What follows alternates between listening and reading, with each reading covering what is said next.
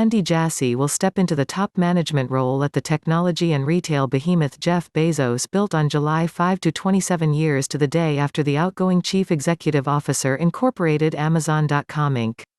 Jassy, who currently leads Amazon's burgeoning cloud computing division, Amazon Web Services, will take on the role following a year in which Amazon reported massive profit and hired 500,000 people. But he will also have to manage intensifying regulatory scrutiny and growing calls from shareholders to improve the company's diversity practices and impact on civil rights, while helping to integrate and develop entertainment content after Wednesday's announcement of Amazon's $8.45 billion acquisition of film studio MGM. Andy is well known inside the company, and has been at Amazon almost as long as I have, Bezos said during his final annual meeting as CEO Wednesday. Andy will never let the universe make us typical. Bezos sought to reassure investors that the company had a bright future under its new leader and told them the company will continue to innovate aggressively despite its massive scale, including investments in autonomous delivery vehicles and a satellite program known as Kuiper to provide low-latency, high-speed broadband.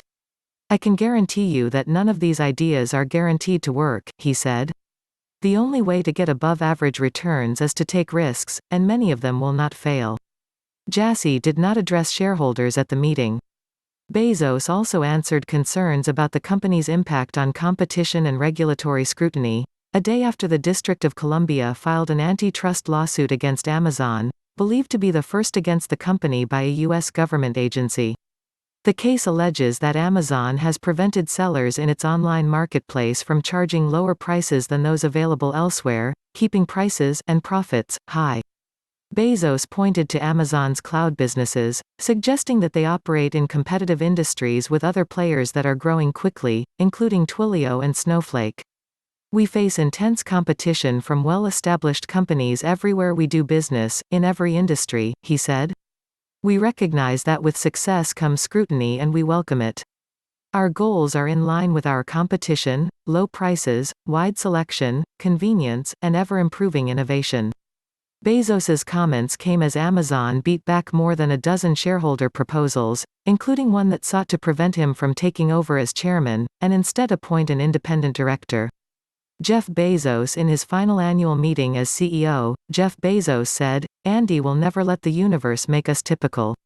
Another proposal that received significant attention but failed to get majority support had called for the company to conduct a third-party audit of its impact on civil rights, similar to studies conducted by Facebook and Airbnb. While it's not immediately clear how institutional investors such as BlackRock, Fidelity and Vanguard voted, backers hoped that large support would prompt Amazon's leadership to act on the proposal. Other proposals called for audits on the company's facial recognition software and the risk of selling it to governments, and a study on Amazon's customer due diligence. Amazon's executives also sought to address the demands of its employees, who in the past year attempted to form a union, filed lawsuits alleging discrimination and retaliation, and called on leadership to bolster diversity hiring. Alicia Bowler Davis, Amazon's vice president for global customer fulfillment, who became the first black woman to join Amazon's small executive branch known as the S-Team last year, said the company is vowing to become both Earth's best and safest employer. While it may be easy for critics to paint in broad brushstrokes an image of a cold-hearted employer and negative working conditions, the reality is very different, Bowler Davis told shareholders. "We prioritize the safety of our employees and customers above all else." Earlier in the meeting, Chief Financial Officer Brian Thiel-Sovsky said Amazon hired 500,000 new employees in 2020, bringing its total to more than 1.3 million globally. He added that Amazon generated $386 billion in sales, up 38% year-over-year, a figure bolstered by its market-leading cloud computing division, which generated $45 billion in revenue. Such positive metrics, coupled with high-profile acquisitions, including the $8.45 billion purchase of MGM and the $13.7 billion purchase of Whole Foods in 2017, are evidence of Amazon's track record of spending big to enter more markets and industries.